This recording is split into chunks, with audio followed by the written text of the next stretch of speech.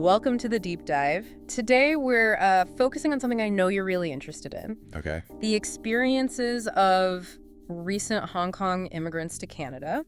Right. We've got this UBC study. Yeah. They surveyed over 600 Hong Kongers who came over after 2015. Interesting.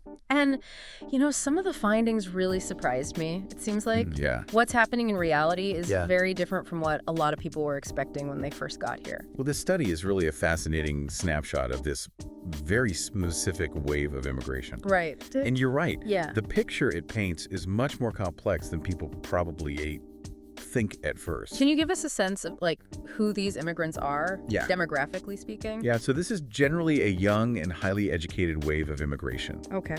Over 70% of the people surveyed are under 55. Wow. And almost 90% of them have at least a bachelor's degree. Yeah.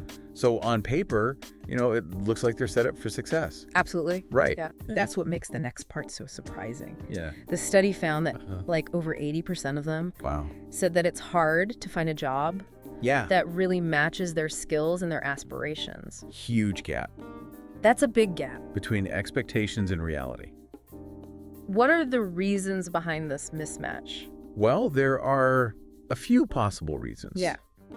Canadian employers, Right. they might not fully recognize or value foreign credentials. Ah. So it's sort of this qualification limbo for a lot of these immigrants. So even though they are highly skilled, their qualifications don't easily transfer over into the Canadian job market. Exactly. Right. Then, there are language barriers. Right. Which can make it even harder for them to get a job. Yeah. The study also suggests that the Canadian job market might just be different, Right. different demands, Okay. different expectations Got it. than what they're used to. It's more than just finding a job. Yeah, it's a complex thing. It's about finding a job that uses their skills. Exactly. That lets them build a fulfilling career. Not just any job. Exactly. Okay. And this struggle to find the right job has, economic consequences too. Oh, yeah, for sure. The study says Yeah. almost 20% of them Wow. reported that they're making less than $10,000 Canadian a year. Oh, that's rough. Yeah. Especially when you're trying to get started Yeah, and get yourself established. in a brand new country. Yeah. How can someone build a life Yeah, you're right to be concerned. on such a low income? It does suggest That's right. they're not financially stable. Right. And that can affect other parts of their lives. Definitely. It's got to have some kind of impact on their well-being. Right. Right. Aside from the money problems, Okay. what does the study say about the impact of these challenges on their mental health? Well, one thing that came up a lot was loneliness. Mm-hmm. Almost 10% said they feel lonely all the time. And another 15% said they feel it sometimes. Yeah. And over 50% said they often feel stressed and anxious. Right. And a lot of that is tied to their identity and whether they feel like they belong in Canada. That makes sense. Yeah. Uprooting their lives. Yeah. Facing these unexpected obstacles Right. in the job market. Totally. And maybe not having enough social support. It's a lot to handle. Yeah. Yeah. This painting a very different picture Yeah. from that land of opportunity idea Yeah. people usually associate with immigration. You've hit a key point. Yeah. The study really challenges some of those common assumptions that we have about immigration. Okay. It reminds us that it's complicated to integrate into a new country. Yeah. And it's not always easy, Yeah. even for people who seem like they have everything they need to succeed. Speaking of challenges, Yeah. the study also talked about the lifeboat scheme. Yeah. That expedited immigration pathway that was offered to Hong Kongers. Uh-huh. What did it say about that? One of the things they found Yeah. was that the 6-month processing time that they promised Right. was actually much longer Wow. than that. Really? So people are left in limbo. It's just adding to their uncertainty and stress. I can imagine. Yeah. That'd be tough. Having your life on hold, Yeah. not knowing when you can actually move forward Right. with your plans. It's like adding insult to injury. Yeah. They're already facing these challenges after they arrive. Yeah. But the immigration process itself Yeah. is adding even more It's another layer of complexity stress and complexity. and anxiety. Yeah. Yeah. I wonder if that long waiting period It might be. is contributing to people changing their minds Yeah. about staying in Canada for good. It's definitely something to think about. Yeah. Initially, this group had high hopes for their future here. Yeah, they did. Almost 80% thought they'd stay permanently. But that's changed a lot, hasn't it? It has. Yeah. Now just over 50% think they'll stay. It seems like the problems they're dealing with. Yeah, it seems like... We're making them reconsider their plans. It's a complicated situation. Yes. Lots of factors at play. Definitely. Yeah. And to make things even harder, the study found that there might not be enough support for these new arrivals. Could you tell us more about that? A lot of the settlement services that we have here in Canada, they're mainly focused on permanent residents and refugees. Got it. So those who are here on temporary work permits or study permits, like a lot of these Hong Kongers, they have fewer resources to help them. They're kind of falling through the cracks in the support system. Kind of. And that's worrying. It is. Because of the specific hurdles they're facing. Yeah. We're talking about a group of highly educated people with professional goals who are now dealing with financial strain problems in the job market and feeling isolated. It really underscores the need to understand their experiences better and the need to give them the right support. Exactly. Yeah, it really highlights the need to be more flexible, when it comes to supporting newcomers. Yeah. Different people have different needs, different challenges. Yeah. You mentioned earlier that the study kind of challenges some of the assumptions people have about immigration. What did you have in mind? Well, there's this idea that immigrants, especially highly educated ones, they come to Canada and easily find success. Right. But this study shows it's not always like that. Yeah. There are systemic barriers, cultural differences, all sorts of challenges that make it much harder and more complicated to integrate than people realize.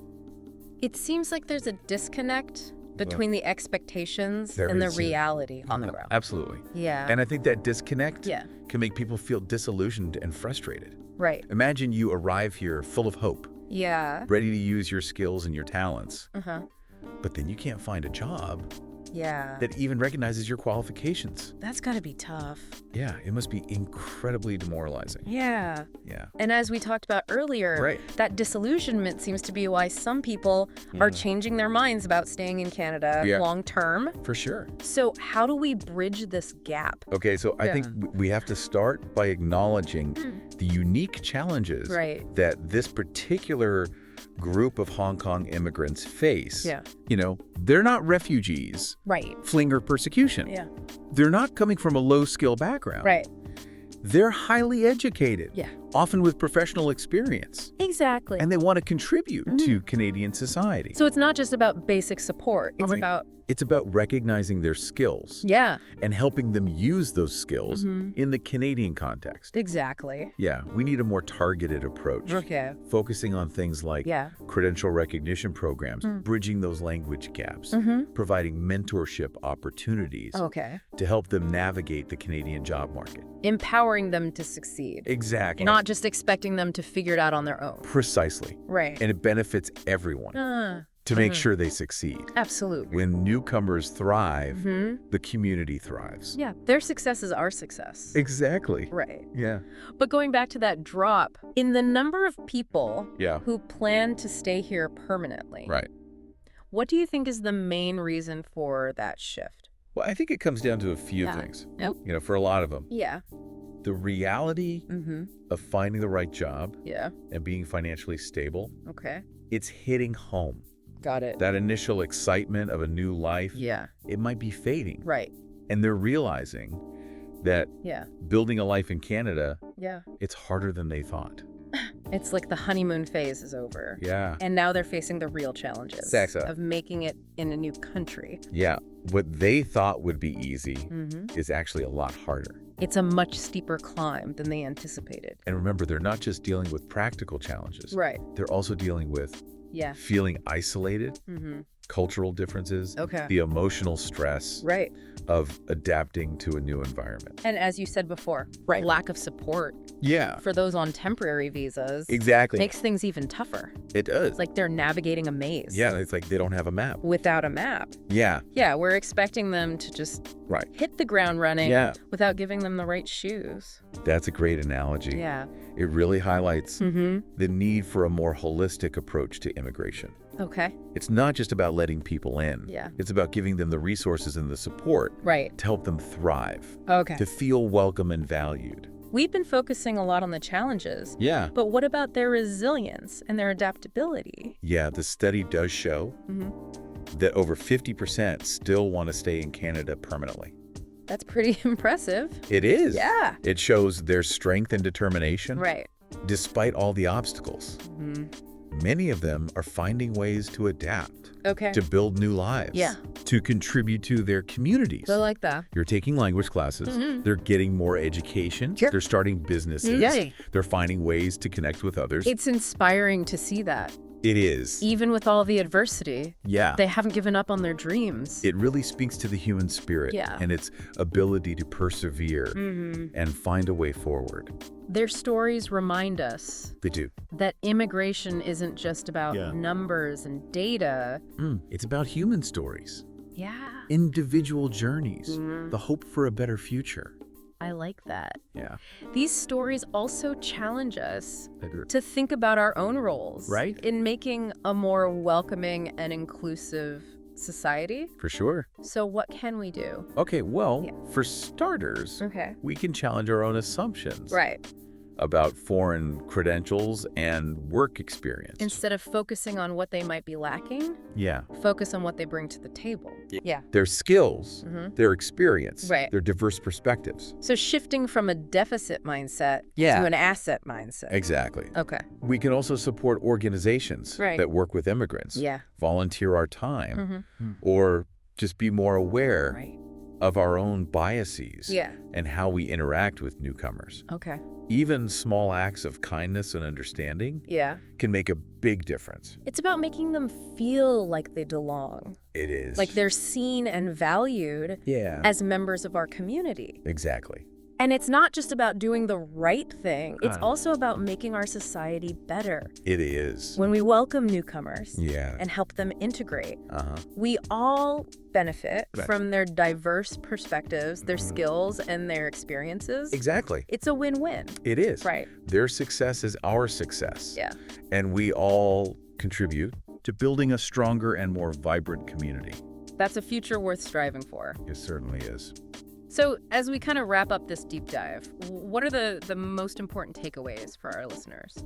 I think the resilience of these individuals really stands out. You know, they came to Canada with such high hopes and faced all these unexpected hurdles, but they're still adapting and persevering, trying to build good lives for themselves here. It really shows you, even with systemic barriers, even with challenges you don't see coming, the human spirit can find a way. Exactly. And it's important to remember, we're not talking about statistics. You know, these are real people with stories, struggles, and dreams. The study does a really good job at, humanizing their experiences, bringing those statistics to life, making us think about the real human impact of these challenges. Absolutely. We can't ignore the job market mismatches, the financial strain, the psychological toll of uncertainty and trying to adjust to a new culture. I agree. Acknowledging these realities is the first step to finding solutions and creating a better, more supportive environment for people who are new to Canada. So that brings us to this thought-provoking question. What does the future hold for these Hong Kong immigrants in Canada? Will they persevere? Will they adapt? Will they look for opportunities somewhere else? It's a question many of them are probably asking themselves. Yeah, tough question. Yeah. No easy answers, but it's definitely worth thinking about. And this question goes beyond this specific group. It makes us think about the bigger conversation around immigration and integration and the responsibility we all have to create a society where newcomers feel welcome, supported, and empowered to succeed. This deep dive wasn't just about Hong Kong immigrants, right? Right. It was about questioning our assumptions, acknowledging how complex integration can be, and understanding that when immigration is successful, everyone benefits. It's about recognizing that we're all connected in this society. And when we create a welcoming and supportive environment for newcomers, we all win. To our listener, thank you so much for joining us on this deep dive into the experiences of recent Hong Kong immigrants to Canada. We hope this gave you some valuable insights, challenged your perspectives, and maybe even sparked some new questions for you to think about. If you want to learn more about this topic, you can find some resources in the show notes. It's been great diving deep with you. Until next time, keep exploring, keep learning, and keep those deep dives going.